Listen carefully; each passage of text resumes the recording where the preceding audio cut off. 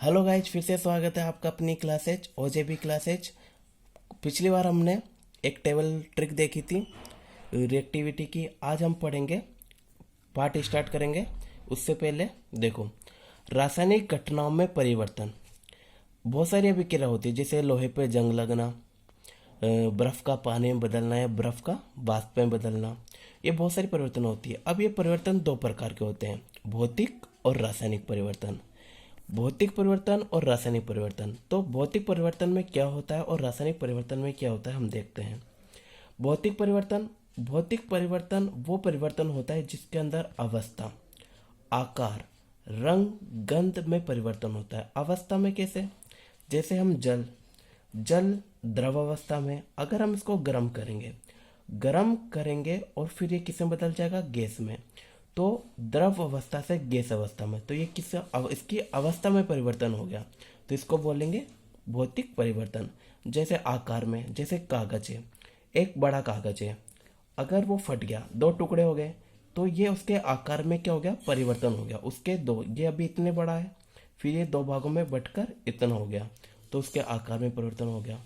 तो भौतिक परिवर्तन जिसमें अवस्था, आकार, रंग, गंध में परिवर्तन होता है, भौतिक परिवर्तन कहलाता है। लेकिन रासायनिक परिवर्तन में रासायनिक गुण व संघटक, अब इसमें परिवर्तन होता है। अब रासायनिक गुण और संघटक कैसे?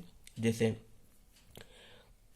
सी मतलब कार्बन, O2 मतलब ऑक्सीजन, CO2 बन रहा है।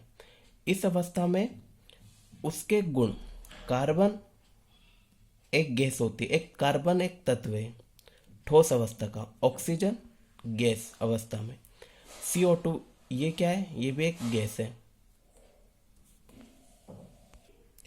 तो इसके गुण कैसे?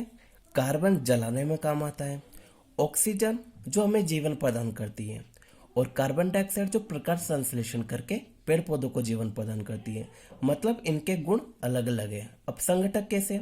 CO2 बना है कार्बन प्लस O2 से, मतलब दो अलग अलग तत्वों से बना हुआ है, इससे और इससे दो अलग। तो CO2 का संगठक इनसे क्या हो गया? अलग हो गया।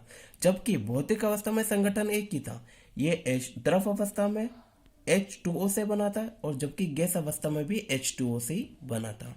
अगले पे आते हैं हम, परिवर्तन का कारण, हटाने पर पुनः प्रारंभिक पदार्थ प्राप्त होते हैं। जैसे हम द्रव अवस्था में जब जल को गर्म करते हैं तो वो वाष्प अवस्था में बदल जाता है, अर्थात गैस अवस्था में बदल जाता है।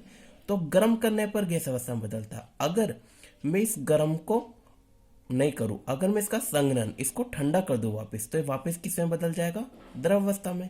अर्थात वो परिवर्तन अपन ने हटा दिया, जिसके कारण वो गैस में बदल रही थी। अपन गर्म करने को हटा दिया, जिससे वह गैस अवस्था में बदल रही थी, तो वापस पुनः उसी अवस्था में चली जाती है। तो भौतिक परिवर्तन में क्या होता है? परिवर्तन का कारण पुनः हटाने पर वे प्रारंभिक अवस्था में प्राप्त हो जाती है। अब इसको अपन, जब ये पुनः प्रारंभिक अवस्था में प्राप्त होती है, अस्थायी परिवर्तन होता है, इसको हम इस वाले चिन्ह से दर्शाते हैं। ये वाला चिन्ह और ये वाला चिन्ह, हम इस वाले, जबकि जो अभिक्रिया स्थायी होती है उसको हम सिर्फ इस वाले चिन्ह से दर्शाते हैं। तो भौतिक परिवर्तन एक अस्थायी परिवर्तन होता है, मतलब वापस गैस अवस्था से द्रव अवस्था में। यह हम अब ठंडा करेंगे, तो ठंडा हमने करा तो ये द्रव अवस्था किस में बदल गई? द्रव अवस्था में।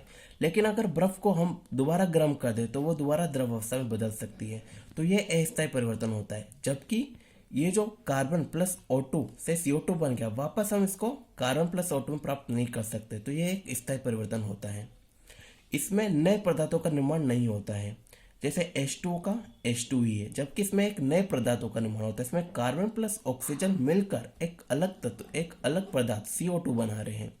इसके एक और एग्जाम्पल हम देखते हैं, जैसे भौतिक परिवर्तन के कागज का फटना, शक्कर का पानी में विलय होना। जैसे ही शक्कर पानी में विलय होगी तो वो अपनी अवस्था में क्या हो जाएगा? शक्कर का परिवर्तन हो जाएगा। तो अवस्था में परिवर्तन एक भौतिक परिवर्तन होता है। जैसे लोहे पर जंग लगना, लोहा मतलब आयरन, जब ये आयरन हवा के संपर्क में आता है, हवा में क्या होता है? जल होता है, ऑक्सीजन होती है। जब ये इनके संपर्क में आता है लोहा, तो ये किस में बदल जाता है? FeOH का होल 3, मतलब ये लोहे के जंग लगने का लोहे को जंग लगने को अपन इससे दर्शाते हैं। तो ये एक अलग संगठक में क्या हो गया, परिवर्तन हो गया। तो इसको अपन क्या बोलेंगे, रासायनिक परिवर्तन बोलेंगे। ठीक है, अब आगे हम अगली क्लास में इसको, इस चैप्टर को आगे लेंगे। प्लीज़ अगर ये वीडियो आपको अच्छी लगी तो लाइक करें, शेयर कीजिए और सब्सक्राइब कीजिए।